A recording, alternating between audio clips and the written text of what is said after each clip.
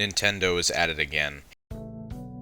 Hey guys, this is the Big Sal, and I'm coming at you with the latest episode of my We Need to Talk About series, a series where I discuss gaming news and current events regarding gaming, stuff like that. And this episode is on a YouTuber called SynaMax. Now, for those of you who aren't aware, like myself prior to recording this audio, SynaMax is a musician who primarily makes remixes and covers of music from the video game Metroid Prime. And, SynaMax uploads these covers and remixes everywhere, YouTube, SoundCloud, I think even Spotify or Apple Music, something like that. What I'm trying to say is that he's definitely a more well-known remix artist of Metroid Prime music. I'm sorry. I'm making this video because as of a few days ago, or as of literally yesterday when I'm recording this, Nintendo is at it again. Do you remember when Gilva got his channel basically destroyed by Nintendo copyright striking 4,000 of his videos?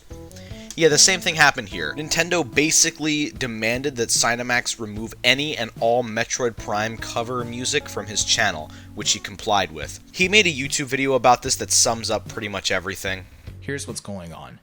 On May 31st, a lawyer representing Nintendo called me and asked me to take down 9 videos off of the channel. I'm really disappointed in Nintendo that they would force me to take down these videos because they want compulsory licenses. What SynaMax is talking about here is a compulsory license, which is basically something that says that the owner will license use of their copyrighted material through some form of legal action, like arbitration. Basically, Nintendo would have had to give SynaMax the legal go-ahead to reproduce their content, and when he didn't, they got mad and sent lawyers after him, which sucks. If you want to support SynaMax through this difficult time, I will be linking his channel in the description below, along with this YouTube video. But basically, what you need to know is that this guy got screwed over really bad. And he did acknowledge that Nintendo was technically in their legal right to do this because, well, it's their intellectual property and remixes of their music, so technically they do have the rights to it, but I would argue against that. For those not currently aware, the US copyright law operates under something called fair use, where copyrighted material is within fair use of, well, being used by people who don't own the copyright if it adds something to the content in general, like criticism or educational value, or if it is transformative, which basically means changing the copyrighted material enough that it no longer resembles the original one. And I would argue that remixes and covers of existing music would fit this. I mean, think about it, why do we have cover bands of popular songs from the 70s and 80s? Well, it's because it's fair use, they don't own the copyright to those songs, but it is within fair use for them to cover those songs and redo them in their own way. Now, I know what you're thinking. Well, Sal, if it's fair use, then why did Nintendo take the videos down? Well, I didn't really mention this initially, but fair use is a legal defense that has to be used in court, and so this would only be viable if SynaMax decided to take Nintendo to court over these videos, which he stated probably wouldn't be worth it because, well, he doesn't really make any money off the videos, and honestly, Nintendo's army of lawyers could drag the thing out for years, and it would cost him a fortune. So when SynaMax got this call from Nintendo, he basically had 2 choices: take them to court or just comply and save the money and time and effort. And he went with the easier option, which I completely understand, even if it is unfortunate. So if you want my 2 cents on this, Nintendo removed this music for literally no reason because it wasn't like he was just taking their songs and re-uploading them like some people do. Even Gilva, for as pissed about that as I am, he was just uploading Nintendo's existing music to his channel and not changing it in any way, and therefore it didn't fall within fair use. He was literally just re-uploading Nintendo's music that they had the copyright to, so he reasonably was destroyed by like 4,000 copyright strikes. Again, I should state this. Do I agree with Nintendo's actions as a business? No, Nintendo has terrible business practices. We all know this, okay? But it makes sense why they would take down Gilva channel. It does not make sense why they would do this to SynaMax. SynaMax, unlike Gilva, is a YouTuber who put hours upon hours of, work and thought into remixing music. I'm not trying to bash Gilva, I'm just stating the fact that the content on his channel was blatantly unoriginal. And with SynaMax, you could at least make the argument that the content he posted was at least partially his.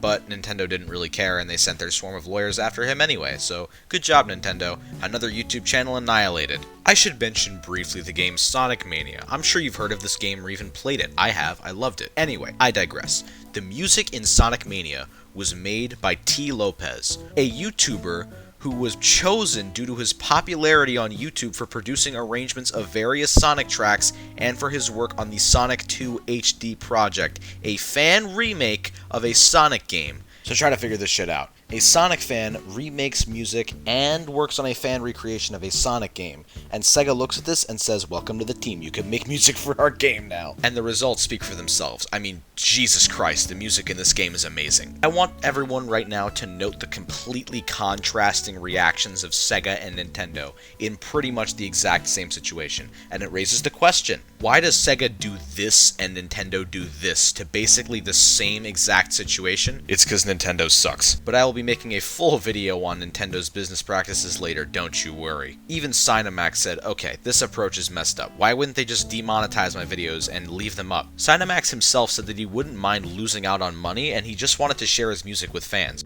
I understand that this is their property, this is their copyright, and they have every legal right to take this content down. I get that. But take my Aphex Twin or Yellow remixes, for example. I made those remixes a while ago, especially the Yellow one is over 10 years old. And what happened was those videos got demonetized because they got content ID'd. But that's fine with me because I just make remixes for fun, not for making money. So what happens is all that ad revenue goes to the record label instead of me, which is fine because they own the original song and I get to keep my remix up on YouTube for everyone to listen to. I don't make a single cent on it, but that's fine with me because at least everyone gets to listen to my remix. Why can't Nintendo go down this route? Why can't Nintendo do this like everyone else? Why does my recreation cover have to be removed when the song it's based off of has never seen any sort of official soundtrack release? But now Nintendo has forced him into the situation where he is just done making Nintendo-related content for a very long time. So yeah, bottom line is, Nintendo can screw you over anytime they want. They are not your savior, they are not your god, they are not your friend. They just want your money. Don't be dumb. So yeah guys, if you enjoyed this video, make sure to like, comment, subscribe, share with your friends, all that good stuff. I have a Twitter account, unfortunately, and Discord server, more unfortunately, where I post updates for all the upcoming videos I'm working on, so if you want to get updated on those, make sure to follow and join our server. With all that said guys, I'm the Big Sal, and I will see you later. Peace out. Woke up this morning, got some gabagoo. And then I woke up the next day and got some gabagoo. Keep waking up and keep getting different types of gabagoo.